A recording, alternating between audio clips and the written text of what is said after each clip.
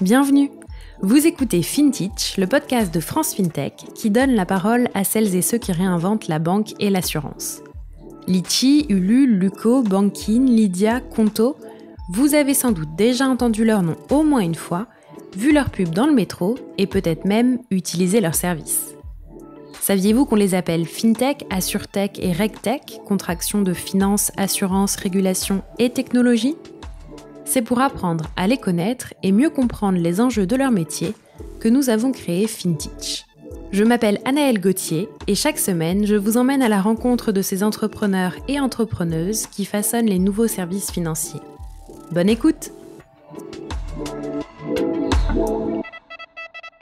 Pour ce nouvel épisode de FinTech, nous allons parler de financement de la rénovation énergétique. Une discussion avec Manuel Le Thor, le cofondateur de Frida Green. Un petit mot avant de vous laisser écouter notre discussion, ce podcast est réalisé avec le soutien de Majorel, un des leaders mondiaux de l'expérience client. Pourquoi Majorel ? Parce que son savoir-faire consiste à gérer, au nom des plus grandes marques, les interactions et les conversations avec leurs clients. Des clients qui attendent des expériences simples et fluides, tout en demeurant humaines. Mais aussi parce que Majorel accompagne les services clients des jeunes entreprises technologiques avec le programme dédié MajUp et qu'il est le partenaire de deux des plus grands incubateurs et accélérateurs européens de start-up, Wilco et Euratechnologies. Je vous laisse écouter notre discussion avec Manuel tout de suite. Bonjour Manuel. Bonjour. Bienvenue sur FinTech, merci pour ta disponibilité. Est-ce qu'on peut commencer notre échange par une petite présentation de ta part, s'il te plaît ? Ouais, bien sûr. Donc je m'appelle Manuel, j'ai une quarantaine d'années. Je suis le CEO de Frida Green. Je suis basé à Bordeaux et donc du coup voilà, je dirige cette startup depuis à peu près 3 ans. Super. Et on va évidemment revenir plus en détail sur le parcours et notamment ces 3 dernières années. Mais avant ça, est-ce que tu veux bien m'expliquer ce que tu as fait avant de lancer Frida Green, s'il te plaît ? Bien sûr. Moi, j'ai commencé très tôt dans l'entrepreneuriat. J'ai commencé à 26 ans. Je fais des études de commerce. J'ai bossé dans une grande banque. Très tôt, j'avais un environnement familial d'entrepreneur. L'entrepreneuriat m'a intéressé. Donc, à 26 ans, j'ai monté ma première boîte, plutôt classique. C'était dans l'intermédiation de crédit. Et j'ai fait ça pendant quasiment 12 ans sur Bordeaux. C'était une super expérience. Cela étant, j'ai toujours été un peu frustré de pas avoir le temps de pouvoir développer des produits ou des services plus aboutis. Et c'est en partant un peu à l'étranger, j'étais vivre 2 ans à l'étranger au Portugal, où j'ai eu le temps voilà de maturer un petit peu tout ça et de me lancer dans l'expérience et dans l'aventure startup.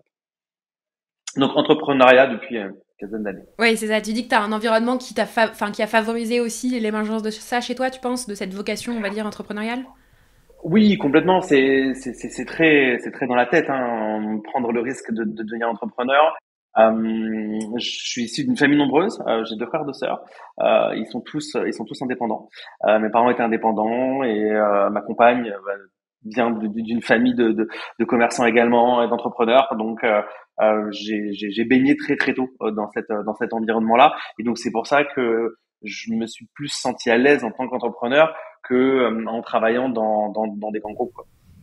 Ouais, et puis ça doit démystifier aussi un peu tout ce qu'on met derrière l'entrepreneuriat aussi, de voir autant de gens autour de soi faire partie de ça, quoi. Complètement. Pour moi, c'était presque plus logique et on m'attendait sur OK, ça va être quoi ton business, plus que du coup dans quelle boîte tu vas bosser. Ça a énormément d'avantages l'entrepreneuriat. Il y a beaucoup de contraintes parce qu'il y a beaucoup de risques et c'est souvent ça qui fait très très peur. Et forcément, d'être backé très tôt, d'avoir du partage d'expérience très tôt, c'est quelque chose qui rassure et qui permet de se lancer beaucoup plus facilement. Ouais, j'imagine bien. Super intéressant. Et alors du coup, ta première entreprise, c'était déjà dans le secteur financier ? C'était déjà dans le secteur financier. Donc moi, je viens de la banque à la base. Donc j'ai découvert le secteur financier dans une grande banque et ensuite, j'étais sur Paris. Hein. Enfin, Pour ça, je suis pas original. Je suis sur Paris. Je suis parti vivre à Bordeaux. Et en arrivant sur Bordeaux, bah, les offres sont quand même complètement différentes. J'avais déjà eu une expérience intéressante à Paris et j'ai rien trouvé de significatif. Et j'ai bossé pendant quelques mois. C'était en 2005, 2006. Pendant quelques mois chez un courtier en crédit immobilier. Je connaissais un peu de par mes activités bancaires, l'intermédiation de crédit, donc courtage en crédit immobilier. J'y ai bossé quelques mois, j'ai trouvé ça extrêmement intéressant, le marché était très porteur et en quelques mois, du coup, j'ai décidé de me lancer, de monter ma boîte. Donc c'est vraiment de l'intermédiation de crédit, petite boîte locale. Donc on n'a jamais eu de déploiement national, mais tout de suite par contre, euh, j'ai eu une sensibilité web et tech, mais surtout web, où à l'inverse du modèle traditionnel dans l'intermédiation de crédit, qui est le revenu sharing, c'est-à-dire c'est un peu comme chez les agents immobiliers, tout le monde est indépendant et on paye tout le monde une fois que la transaction est réalisée. Moi, je suis arrivé sur Bordeaux, j'avais pas de réseau, donc j'avais pas d'apporteur d'affaires, donc tout de suite j'ai commencé à monter un site internet et à faire de l'acquisition client. Et tout de suite, je me suis rendu compte qu'on pouvait vachement processer ce type d'action parce qu'on a un lead qui tombe, on peut automatiser un certain nombre de choses. Et donc très tôt, j'ai commencé à avoir un système très très automatisé qui est resté local. Hein. On était maximum 7-8 dans cette boîte, mais du coup très orienté quand même automatisation et acquisition web. Oui, donc tu as déjà appris plein de choses et touché à plein de choses avec cette première expérience-là. Et qu'est-ce qui a fait que ça t'a mené ensuite à Frida Green? Alors, il y a eu Frida au milieu. On pourra peut-être faire un rapide Mhm. passage. On a commencé par Frida et ensuite Frida Green. Frida Green est un pivot de Frida. Ce qu'on a commencé à faire, donc Frida, simple, c'est une application mobile pour reprendre le contrôle de son crédit immobilier. Ce qui m'a lancé dans l'aventure startup, c'est plusieurs choses. C'est déjà, comme je te le disais, depuis des années, j'avais commencé à travailler un peu sur des produits au sein de ma précédente boîte, mais compliqués à mettre en œuvre, compliqués à développer. Et donc du coup, j'avais envie de vraiment lancer quelque chose de beaucoup plus gros. J'ai failli monter un business au Portugal dans l'intermédiation de crédit, et du coup, on s'est rendu compte qu'il y avait quelque chose qui était en train de se passer dans l'intermédiation de crédit. Donc la première chose, c'est une réaction suite à une évolution de marché. Pour moi, le marché s'est transformé à partir de fin 2019. Les banques ont décidé de rebattre les cartes sur les relations entre les courtiers et les banquiers. Ça a changé plein de choses dans l'intermédiation de crédit. Et on s'est rendu compte que c'était quand même quelque chose de très old school. Hein. Il y avait soit le courtier, mais c'est le courtier classique, ou le courtier en ligne, soit la banque directement. Et on s'est dit que il y avait des attentes clients importants autour de l'usage, de pouvoir être autonome, de pouvoir faire les choses soi-même. En gros, il y a des algorithmes. Aujourd'hui, nous, on a des algorithmes qui permettent de générer des plans de financement basés sur des conditions bancaires que l'on agrège sans faire un rendez-vous. Pour la petite histoire, hein, aussi, un des déclics, c'est quand je travaillais toujours dans l'intermédiation de crédit, donc j'étais à Bordeaux, j'ai un client parisien qui vient à Bordeaux pendant ses vacances et qui vient passer 1 heure dans mon bureau pendant ses vacances pour qu'en fait je mette un plan de financement de 25 ans sur 20 ans. Et en plus, il était dev, hein, il était informaticien. Il me dit, ça, je peux le faire en fait, modifier un plan de financement, mais je sais pas quel taux, je sais pas quel taux d'assurance.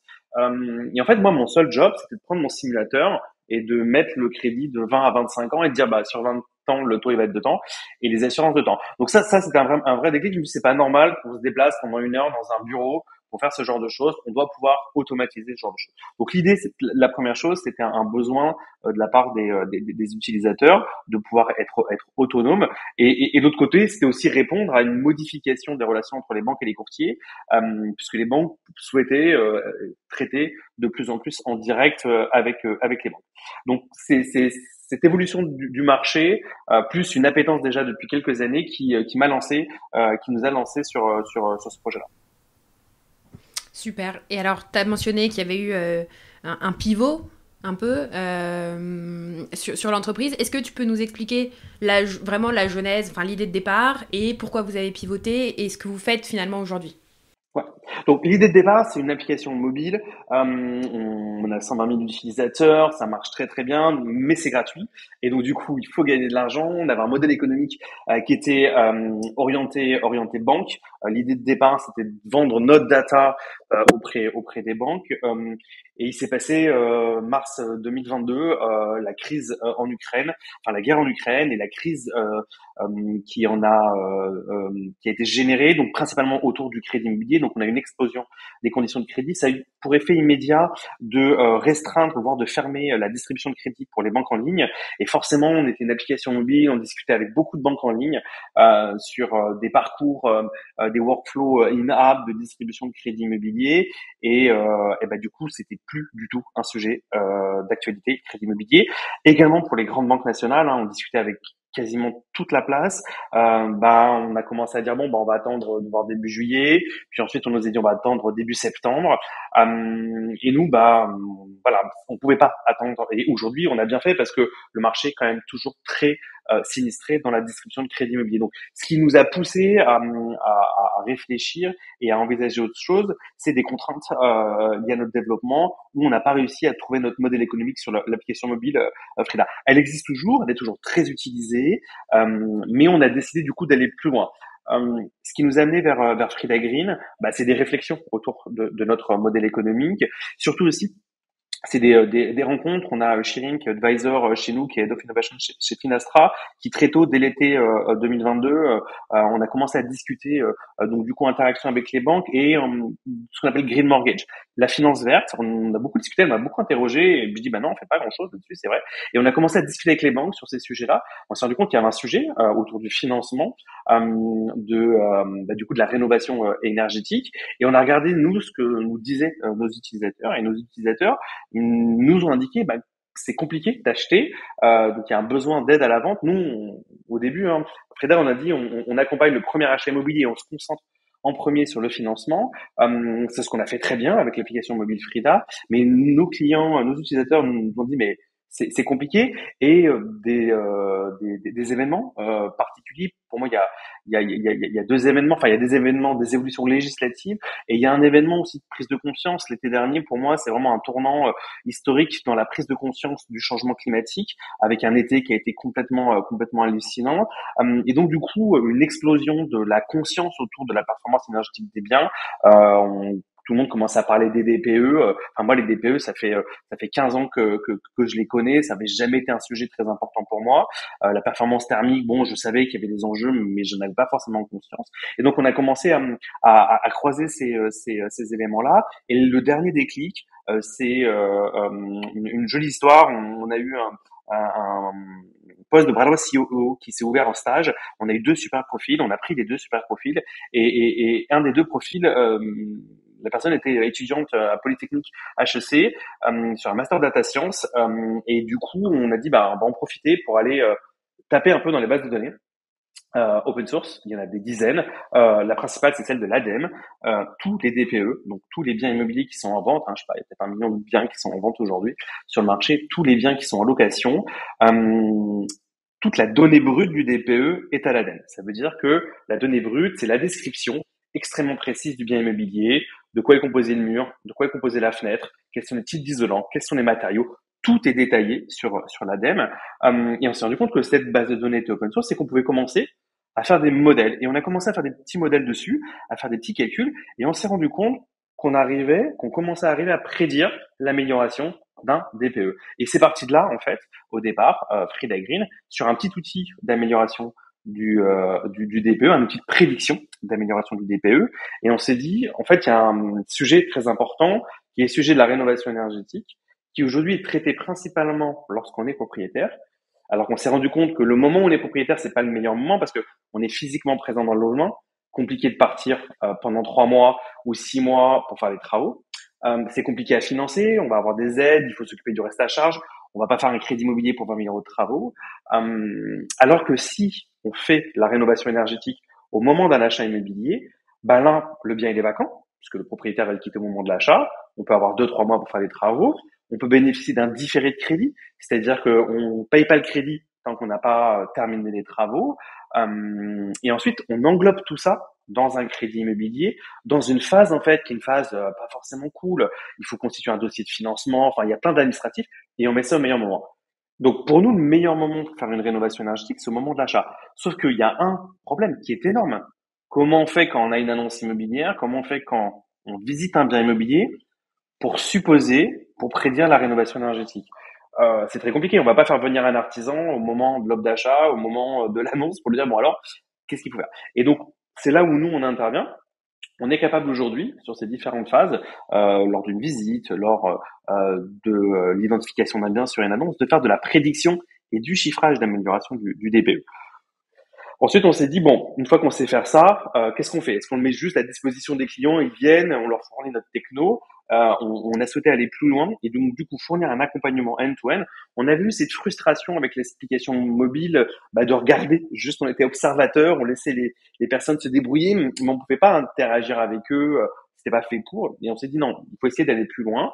Et donc créer une offre de service end-to-end, ça veut dire être capable de sourcer des biens immobiliers, donc faire de la chasse immobilière avec des forts potentiels de rénovation énergétique et esthétique. Donc, on utilise pour nous les outils de prédiction qu'on a développés. Une fois qu'on a fait cette capacité d'identification, on restitue à nos clients un projet clé en main.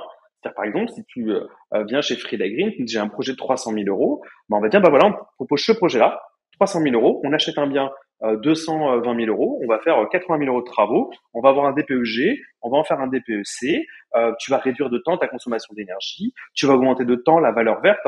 La valeur verte, c'est quelque chose qui existe depuis 2013 chez les notaires, personne s'en occupe jusqu'à cette année. C'est la variation de prix entre deux biens identiques qui n'ont comme seule différence la performance énergétique. Et on se rend compte que de plus en plus, cette différence tend à augmenter. Et donc voilà, nous on va être capable de calculer tout ça, et donc on est capable de te restituer un projet clé en main. Et donc du coup, on règle le problème que j'ai évoqué tout à l'heure, qui était comment on anticipe et on prépare la rénovation énergétique. Ce qui veut dire que nos clients, quand ils arrivent au compromis de vente, ils ont un dossier technique complet qui indique tous les travaux qui vont être réalisés. Il y a les devis de tous les artisans. Il sait exactement quelle va être l'amélioration de la performance énergétique. Et donc, du coup, il n'achète pas juste un bien immobilier qui est une passoire thermique. Il achète un bien immobilier avec un projet de rénovation qui va pouvoir s'exécuter dès que les travaux sont terminés. Donc ça, c'est la première phase. On s'est dit, on sait faire quelque chose de très bien, c'est le financement. Donc, on accompagne avec des experts crédits l'obtention du financement. Alors, on va au-delà de juste l'obtention du financement avec les meilleurs taux. On va travailler sur deux choses, l'accompagnement à l'obtention des aides. Il y a plein d'aides, c'est très compliqué. Donc, on aiguille un petit peu et un de nos clients là-dessus. Et tout ce qui est pré-bonifié aussi, éco-prêt à taux zéro, pré-green, entre guillemets. Donc ça, c'est sur la deuxième phase qui est la phase financement. Et la troisième phase, c'est la phase d'exécution des travaux avec nos partenaires. On a créé un réseau de partenaires travaux sur toute la France. Et donc là, on va pouvoir suivre avec nos partenaires travaux l'exécution des travaux. Alors, c'est pas non plus des énormes travaux, hein. On fait pas un immeuble de A à Z. On va faire une isolation par l'intérieur, on va changer des fenêtres, on va refaire des peintures, on va changer une cuisine, une salle de bain. Donc ça reste des travaux raisonnables. C'est aussi ça, des fois, qui fait un peu peur à certains clients en disant, oh là là, on va faire des énormes travaux. On dit non, on touche pas à la structure. On vient, on change une cloison et on la remplace avec une cloison avec un isolant. C'est des travaux qui sont quand même assez faibles, en fait, finalement. Mais on reste quand même présent jusqu'à l'exécution des travaux pour remettre à la fin un nouveau certificat de performance énergétique Frida Green, où on dit voilà le résultat de ce qu'on vient de faire ensemble. Hyper intéressant. Et alors j'ai une question parce que tu disais que sur l'application vous aviez eu un problème un peu de business model en fait. Aujourd'hui du coup sur la nouvelle version de l'entreprise, comment ça marche, comment vous gagnez des sous? Alors le business model il est simple. Ce qu'on fait sur la résidence principale green/green, il y en a plein qui l'ont déjà fait sur la résidence locative, Mastéos, Beanstalk, pour ne citer que eux. Ils sont inspirants parce que c'est les premiers à être arrivés à vraiment craquer le marché côté acquéreur. C'est-à-dire qu'on a un marché immobilier en France qui est exclusivement côté vendeur. Les agents immobiliers travaillent et facturent des honoraires aux vendeurs, mais il y a quelques réseaux de chasseurs immobiliers, mais qui répondent à des besoins très spécifiques de clients qui n'ont absolument pas la possibilité de se déplacer ou de visiter. Et donc Mastéos, pour moi, et Beanstalk ont vraiment craqué côté utilisateur, enfin côté acquéreur le marché. Donc nous, notre business model, il est relativement similaire. On a un mandat de recherche simple. C'est-à-dire que les clients nous mandatent pour trouver des biens immobiliers, sans exclusivité, bien sûr. Ils peuvent faire leur démarche de leur côté et acheter s'ils le veulent, mais tous les biens qui seront présentés dans notre plateforme, s'ils les achètent, ils devront nous payer des frais. Et donc, du coup, on a des frais au succès, donc si le bien est acheté, qui sont de 4%. Donc, ça va varier pour nos clients entre, selon leur budget, entre 6 et 10, 12 000 euros de frais à devoir Frida Green, sachant que Ces frais sont inclus dans le financement, donc on les emprunte, ils sont présentés lors de la présentation du projet. Et surtout aujourd'hui, hein, d'ailleurs, alors on n'a pas encore fait 300 projets, mais sur les quelques premiers projets qu'on est en train de finaliser, on a systématiquement économisé ces frais lors de la négociation, puisque on a une moyenne de négociation des prix du bien aujourd'hui qui sont entre 8 et 10%. Parce que du coup, on arrive avec des outils de professionnels. Hein. Nous, aujourd'hui, on est capable d'historiser complètement une annonce.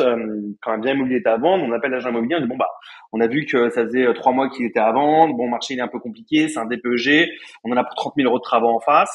Bah, on parle entre professionnels qui apprécie complètement notre intervention parce que c'est très désagréable pour un professionnel de vendre un bien, le DPE il est mauvais, le client va faire une offre, puis il va commencer à appeler des gens autour de lui pour se renseigner, il va dire bah non c'est trop compliqué, je laisse tomber. Donc quand il y a un bien qui a une particularité, et aujourd'hui clairement un bien avec un mauvais DPE il a une singularité, le fait qu'on arrive nous pour aider à, à mieux vendre et à vendre plus facilement c'est bien avec des particularités. Les professionnels sont assez enthousiastes. Petite info, hein, depuis janvier 2023, se loger le bon coin, le DPE est un critère de sélection. Hein. Ça n'existait pas avant. Hein. Maintenant, on peut choisir d'aller soit chercher, on a les deux, hein, soit chercher des mauvais DPE pour aller faire des grosses négos, soit effectivement d'exclure parce qu'on se dit trop compliqué. Ouais, bien sûr. Non, c'est hyper intéressant et je suis d'accord avec toi qu'avant on n'en parlait pas trop et que maintenant c'est un sujet. Enfin, j'ai une copine qui est en train de vendre un appart et malheureusement le sien est très mal noté. Et effectivement, c'est pas si simple. Si tu regardes les enjeux, enfin pour les rappeler, on a un objectif de neutralité carbone en 2050. Il y a 26 millions, juste en France, hein, je parle pas de l'Europe, en France, 26 millions de logements à rénover d'ici 2050, c'est les objectifs. Donc forcément, on va y être tous concernés. En tant qu'individu, notre logement, c'est 20 à 30% des gaz à effet de serre qu'on émet tous les ans. L'impact sur notre logement, il peut être super important. En faisant pas grand-chose, hein. Des fois, en faisant 5-6 000 euros, 10 000 euros de travaux, on divise par 3 le coût de la facture d'énergie, on change de système de production d'énergie, hein, je sais pas, une chaudière au fioul, une chaudière à gaz, on prend de l'énergie beaucoup plus propre, beaucoup moins carbonée comme de l'électricité, et ça change déjà beaucoup de choses. Donc, je trouve que c'est quelque chose d'assez vertueux parce que des fois, il y a des côtés où c'est très contraignant, où on nous oblige et où c'est difficile d'appréhender ça, mais aujourd'hui, on appréhende la rénovation énergétique avec en plus c'est le moment de faire un petit coup de blanc donc on se retrouve avec un appart qui va être tout nickel un petit peu retapé super bien performant d'un point de vue énergétique. Ça veut dire quoi? Ça veut dire que la facture tous les mois elle baisse. Enfin, encore une fois, une petite donnée, augmentation de l'électricité, enfin du coût de l'énergie au 1er février, ça aurait dû être plus 100% en France. Hein. On aurait dû faire x2. On l'a pas fait parce qu'on a un bouclier fiscal de 45 milliards qui est prolongé en 2024. En Angleterre, ils ont fait x2 au niveau de l'énergie. C'est un sujet qui devient fondamental pour eux. J'ai lu un truc, c'est hallucinant. En Angleterre, ils vendent des recharges d'énergie. C'est-à-dire que en fait, c'est une espèce de clé que tu achètes au bureau de tabac. Tu as le droit à X kilowatts, et tu vas acheter. Donc tu dis bon allez, il fait froid, je vais me chauffer pendant 2 heures. Tu vas au bureau de tabac, t'achètes ton truc et t'as 2 heures d'électricité. Enfin, c'est quand même hallucinant de se dire que dans un pays développé, on en est allé acheter des recharges d'électricité tellement c'est devenu quelque chose qui est excessivement cher. Ouais, tout à fait. Hyper intéressant, mais on digresse un petit peu. Donc, je recentre un chouïa sur Revenons. l'entreprise. Désolée d'être très pragmatique, Non, mais sinon, on va faire un épisode qui va durer 1h30 et je pense qu'on va perdre un peu les gens. Je reviens un peu à Frida Green, pardon, et je suis assez intéressée parce que tu me dis, donc ça fait à peu près 1 an que vous avez changé de business model. Non, business model, on a commencé à y réfléchir l'année dernière, mais on a vraiment fait le pivot cette année en mars. Ok. Ouais, c'est très récent. Pardon. Ah oui, donc L'offre c'est Frida récent, en Green, c'est effet. mars. Ouais, l'offre Frida Green, elle date de mars. Ok. Et alors du coup, ce qui m'intéresse, c'est de savoir un peu, est-ce que tu as quelques petits chiffres à nous donner quand même sur ces premières années d'activité, combien vous êtes dans l'équipe, comment vous êtes organisé, tu vois, tout ça. Ouais. Alors, on était un peu plus il y a quelques mois, mais forcément avec le pivot et avec bon après je pense que c'est sociétal pour les startups. Hein. Donc aujourd'hui on est une dizaine chez Frida Green. On a une quinzaine de clients pour l'instant, de premiers clients que l'on a depuis le mois de mars, date de lancement de notre offre. Et l'idée, c'est d'aller très focus, uniquement business, uniquement développement commercial, de manière à aller chercher assez rapidement. On ne sait pas comment va évoluer les levées de fonds, donc d'aller chercher assez rapidement le break-even. Ça, c'est l'objectif. C'est le changement aussi de paradigme. On n'en a pas parlé, mais le modèle économique que l'on avait avec l'application mobile est un modèle économique où on mettait quand même très très longtemps avant d'être break-even. L'évolution du financement des startups est aussi un des éléments qui nous a fait faire un pivot. Et donc, on essaye d'être beaucoup moins dépendant de fonds publics ou privés. Ok, top. Et alors, ce qui m'intéresse, c'est que, parce que j'en interviewe pas beaucoup, et il y en a de moins en moins, ou en tout cas, on a l'impression des startups qui sont plutôt B2C. Ouais. Et je trouve que c'est assez intéressant. Bon, du coup, tu as plein d'enjeux, évidemment, en étant une startup B2C. Et l'un des enjeux, c'est notamment la relation client, évidemment, bon, ce qui est un sujet aussi en B2B, hein, mais c'est quelque chose que tu traites différemment en B2C. Et du coup, j'ai des petites questions à te poser sur un peu comment vous gérez ça de votre côté chez Frida Green, et notamment les canaux de communication que tu utilises, parce qu'on parle beaucoup d'automatisation en ce moment, etc. Est-ce que tu peux nous expliquer un peu les canaux de communication que vous utilisez, vous, chez Frida Green, et en fonction des différentes étapes, tu vois, du parcours Ouais. des clients? Bien sûr. Bien sûr. Aujourd'hui, alors on a utilisé un truc qui est extrêmement basique, qui marche du feu de Dieu. Je connaissais, mais je l'avais jamais utilisé. WhatsApp Business. Ok. Ouais, c'est vraiment une folie WhatsApp Business. Du coup, avant application mobile Frida, on avait un chat, donc on interagissait principalement avec nos clients par chat. On avait un Zendesk, donc du coup on gérait les réclamations clients avec des softs de cette nature-là. Là, Frida Green, c'est une offre de service. Hein. Frida, c'est vraiment product. Là, c'est vraiment du service, donc on est en interaction humaine systématiquement. On a en moyenne 2 à 3 personnes à travailler avec le même client. Et WhatsApp Business, c'est génial. On met tout le monde dans le groupe WhatsApp. On peut automatiser un certain nombre de choses, automatiser des messages, et on peut complètement personnaliser du coup, puisque on peut faire une note vocale, on peut partager un document, on peut écrire, on peut partager un lien. Et donc on a fait le choix d'aller très vite. Le principe du pivot, c'est d'être capable. On avait un mois pour lancer, enfin pour arriver à lancer le nouveau business. On y réfléchissait depuis quelques mois, mais voilà, on s'est dit on a un mois. Du coup, on a été très efficace. Et relation client, on utilise donc du coup WhatsApp Business, et côté interface client, on utilise une app en no-code qui nous permet de restituer à nos clients les projets immobiliers qu'on leur partage. Et du coup, ça a permis à l'équipe à se focaliser vraiment que sur la tech, que le développement de la tech, le reste étant traité en no-code. Mais ouais, WhatsApp Business, dingue en termes de qualité d'expérience aujourd'hui. Ah, hyper intéressant. Et du coup, tu penses que la place des relations humaines, en fait, chez vous, elle reste centrale par rapport à l'automatisation?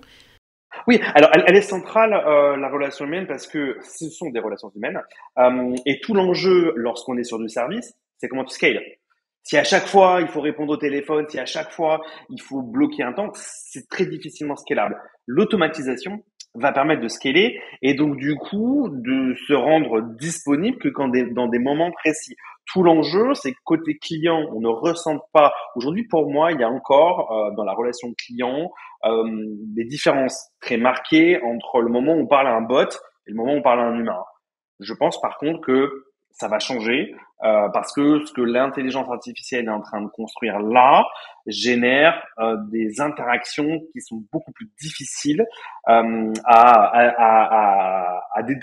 pouvoir dissocier entre je parle à un interlocuteur ou je parle à un bot. Et ça, c'est l'avenir effectivement de l'automatisation. C'est-à-dire que l'humain ne va rester qu'un expert, mais par contre, le besoin immédiat d'un client sur une information, sur quelque chose qu'une IA pourra trouver assez simplement, bah, il n'aura pas les besoins de déranger un expert, il le fera lui-même. Et je pense que ça va changer effectivement l'automatisation. Aujourd'hui, dans la relation B2C, dans une offre de service end-to-end, on est très très dépendant. Hier à 23 heures, j'étais en train de répondre sur DocuSign un commentaire sur un mandat. Je le fais parce que j'étais en train de boire des coups avec l'équipe et que ça me gêne pas et que c'était cool. Mais demain, une IA peut complètement répondre à un commentaire sur un DocuSign pour gérer cette question-là. Hmm. Parfait, tu as devancé ma question suivante qui était quelles technologies vont participer à l'optimisation de l'expérience client, donc Pour nickel. moi, la l'IA, l'IA, parce que, en plus, moi, je suis personnellement très exigeant dans les interactions que je vais avoir, et donc du coup, j'ai toujours été extrêmement freiné ou perturbé par des bots qui faisaient un peu n'importe quoi. Enfin, on a toute l'expérience, hein, on appelle un serveur vocal et il nous fait tourner en rond pendant des heures. Et je pense que l'IA va vraiment chambouler. Nous, on le voit parce qu'on commence à alimenter de l'IA sur qui on est. L'idée, c'est de nourrir qui on est, expliquer notre business. Ça, c'est un travail qui est fondamental. Mais je pense que demain, quand une IA aura vraiment compris le business, aura toutes les informations, aura accès à toute la donnée, un Notion parfait qui expliquera tout. Bah, question d'un client, est-ce que ceci, cela? Réponse, bam, immédiatement. Donc je pense que c'est pas pour tout de suite, ce sera pas demain que ça va être mis en place, mais je pense que dans les prochains mois ou dans les prochaines années, si on arrive à bien alimenter, à bien expliquer à une IA comment fonctionne la boîte, on n'aura plus besoin, parce qu'aujourd'hui en fait on formate des questions. On suppose la question du client, il va poser des questions, donc tu lui réponds ça, mais ça marche pas parce que la question du client elle est toujours un peu différente, elle n'est pas complètement dans ce sens-là, et la réponse que tu lui apportes elle n'est pas précise. Demain, l'IA il doit avoir une base de données avec toutes les données de l'entreprise, et il doit être capable de répondre et de supposer un certain nombre de choses. Donc je pense que sur la relation client et l'automatisation, ça va vraiment changer les choses. Oui, puisque ce qui est intéressant, c'est ce que tu disais, c'est qu'en fait, les humains, ils vont rester vraiment experts du sujet, mais au moins comme ça, tu gagnes un temps, enfin, tu libères un temps qui va plus être concentré sur l'expertise, le conseil, et c'est ça qui est J'ai hyper un exemple intéressant. très précis. J'ai testé là récemment sur du juridique, des trucs très compliqués. J'avais pas envie d'emmerder un pote avocat parce que quand on est avocat, on est toujours du monde. Enfin, dès qu'on est expert de quelque chose, on a toujours tout le monde qui vient et vous appelle pour poser une question. Donc je me suis dit ok, vas-y, ChatGPT, je prends le temps, un prompt bien quali, je lui explique tout. Et ça a été génial. Ça veut pas dire que j'ai pas été discuté avec mon pote avocat après, mais il a fait un travail de malade. Et il y a un endroit sur une question, j'ai dit ok, ça d'accord, et j'ai appelé mon pote et j'ai dit bon alors j'ai un sujet très précis. Et même lui il a apprécié parce qu'on rentrait vers quelque chose de très technique, et je lui posais pas une question auquel il a répondu 300 fois. Hmm. Et où ça le fait chier de répondre 300 fois. Donc en rien ça n'enlève l'expertise. Je vais pas décider d'engager une procédure ou de prendre une décision très importante sur la base de ce que va me dire une IA. Par contre, ça me prépare, ça fait un travail préparatoire qui est, à mon avis, dinguissime. Hmm. Oui, d'ailleurs, ce qui est un peu ce que tout le monde dit hein, là-dessus, c'est qu'il ne faut pas non plus faire confiance de façon aveugle à l'IA parce qu'elle peut donner des choses erronées, etc., mais de moins en moins, mais qu'effectivement, ça fait gagner un temps fou dans la préparation notamment. Quoi. Hmm. Et Top. si on prend les questions clients, je pense que 90% des questions clients sont des questions simples sur lesquelles on peut répondre simplement, et l'expert doit se concentrer sur les 10 qui sont un peu plus compliqués. Oui, tout à fait, tout à fait. Dernière question sur Frida Green avant de clôturer notre discussion. Est-ce que tu peux me dire un peu ce que sont vos ambitions 2023 et au-delà? Ouais. Alors, l'ambition, c'est d'essayer c'est de faire une cinquantaine de projets d'ici la fin d'année. Donc, on reste sur quelque chose d'assez mesuré. Encore une fois, parce qu'on veut pas se mettre trop de pression et partir trop loin. Donc, à peu près une cinquantaine de projets. Et aussi, ce qu'on est en train de faire, on pourra en rediscuter. Notre techno commence à intéresser de plus en plus de monde, notamment les professionnels de l'immobilier. Donc, encore une fois, notre techno fait de la prédiction d'amélioration de DPE, de la prédiction et du chiffrage. Et on est en train d'équiper un certain nombre de professionnels de l'immobilier de nos technos.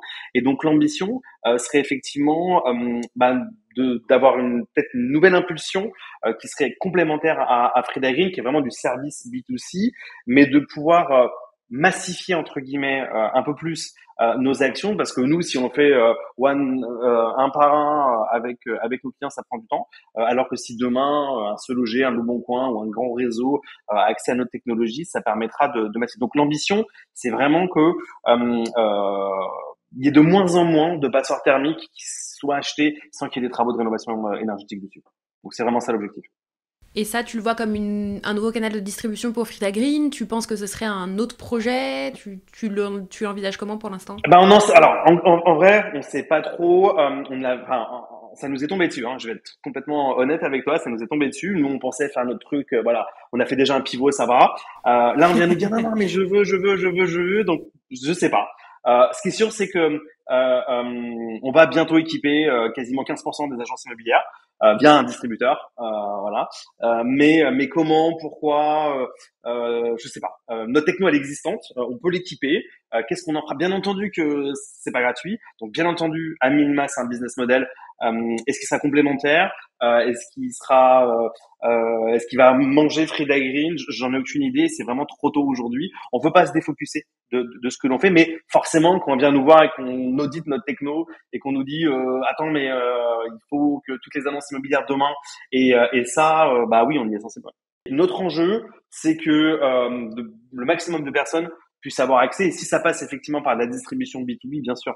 C'est un bel objectif, donc super. J'ai 2 dernières questions pour toi, et qui sont plus des questions d'inspiration. D'abord, est-ce que tu as des ressources à nous conseiller, livres, podcasts, newsletters, tout ce que tu veux? Ah, c'est une bonne question. J'en lis un peu moins ces derniers temps, depuis qu'on a été un petit peu obligé de se concentrer full focus. Donc je vais revenir sur des choses qui sont un peu plus anciens, mais qui ont été quand même très structurants pour moi dans la démarche d'entrepreneuriat startup. C'est LC Business. De Jean-Charles Samuel de Alan. J'ai trouvé que c'est un bouquin magnifique sur la culture d'entreprise. Moi, j'ai vécu vraiment quelque chose de complètement différent entre mon ancienne culture d'entreprise sur de l'entrepreneuriat un peu classique et l'entrepreneuriat startup. Donc ça, c'était vraiment quelque chose de super intéressant dans la construction de la culture d'entreprise. On veut être une marque B2C avec une culture d'entreprise très présente. C'est mécanique. Enfin, moi, quand j'ai commencé à discuter avec des personnes sur le chat d'Alan, c'est des expériences magiques parce que les gens sont heureux de ce qu'ils font, ils aiment leur boulot, ils sont fiers de leurs produits, de leur marque. Donc ça a été vraiment vraiment intéressant. La culture d'entreprise d'Alan, la culture d'entreprise de Shine aussi, on s'est beaucoup inspiré de ce qu'ils font. Ils ont moins communiqué, mais ils ont une super culture d'entreprise, Shine. Et enfin un autre bouquin aussi qui m'a fait beaucoup rire, c'est La règle pas de règle du CEO de Netflix. Pareil, très intéressant sur la vision très américaine de l'entrepreneuriat et aussi de l'histoire de Netflix qui est pas très connue. Super, merci pour ces recos. Et ma dernière question, est-ce que tu as un entrepreneur ou une entrepreneur de la FinTech ou une FinTech qui t'inspire particulièrement? Ou AssureTech, FinTech au sens large. Nadim de Livre Épée. Je trouve que son projet, il est très... Alors, c'est FinTech, PropTech. J'aime bien parce qu'ils sont vraiment entre les deux. Enfin, j'aime le bonhomme. Je l'ai rencontré assez récemment, mais j'ai vraiment beaucoup apprécié le bonhomme. Et dans un environnement où l'argent coule plus à flot, où les levées de fonds sont plus difficiles, il a monté une boîte, Crédit.fr, qui est quand même une super belle boîte. Et je trouve que ce qu'ils font avec Livre Épée, alors je suis B2C, je suis app, et donc quand j'ai vu son produit, forcément j'ai kiffé. J'invite tout le monde à aller télécharger l'app mobile. Donc je trouve que c'est très intéressant ce qu'ils font en expérience utilisateur, en gamification. Autour du coup de l'immobilier et de la finance, je trouve le sujet très intéressant. Eh ben top, merci beaucoup Manuel pour cette discussion. Merci beaucoup. Vous êtes arrivés au bout de l'épisode de FinTech de cette semaine, merci pour votre écoute. Si l'épisode vous a plu, n'hésitez pas à le partager avec une ou deux personnes de votre connaissance et éventuellement à nous laisser un commentaire et une note sur les App Store. Merci beaucoup, à la semaine prochaine.